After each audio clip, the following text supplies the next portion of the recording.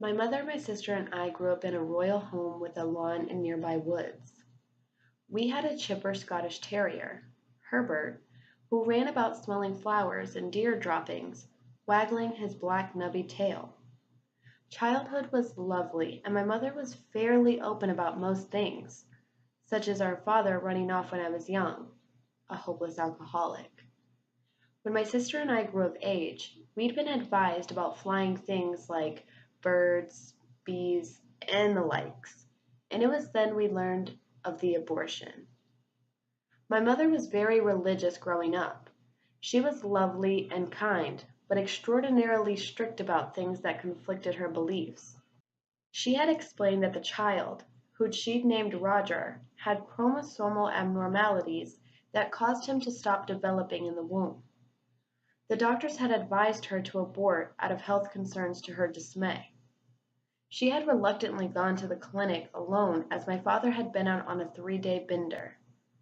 She explained that this is a warning about irresponsible interactions, I gather, and that was the only time she had mentioned it. Years have passed as I grew older, went out on dates, started college, and wiped away heartbroken tears. I'd been depressed, and everything in the city reminded me of my ex, so I made plans this weekend to spend time with my mom back home.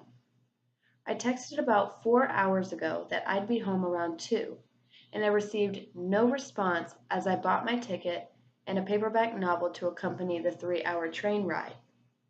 I dozed off, arriving at the station and called my mom, getting her voicemail. I called a car and soon entered the slick black vehicle, careening past spindly branches of autumn trees and country sky.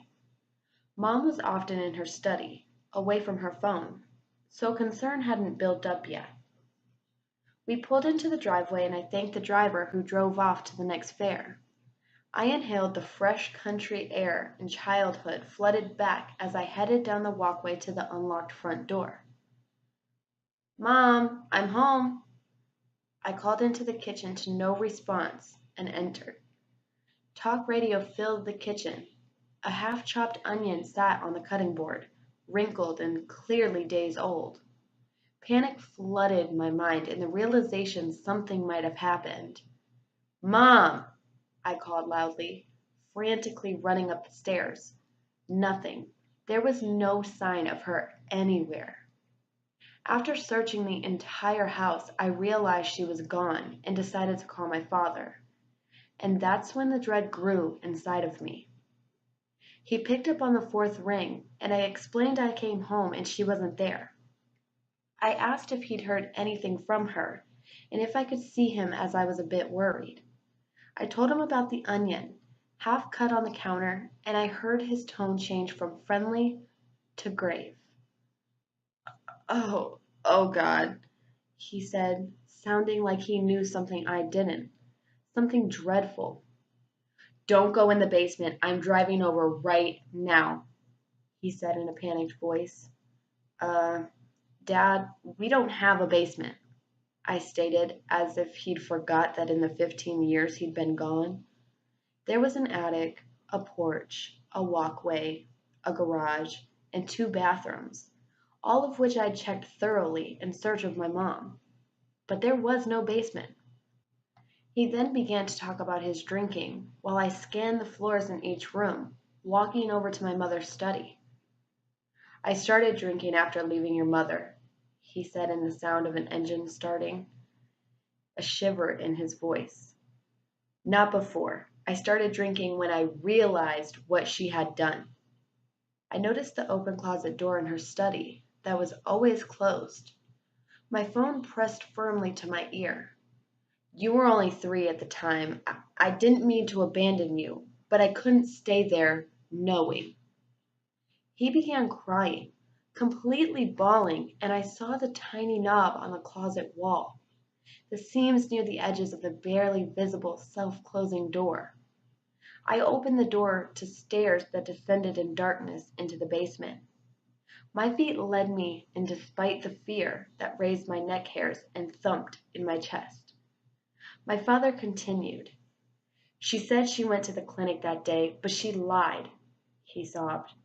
The basement was cold and pitch black, so I touched the button to reactivate my phone screen, which was pressed firmly against my ear.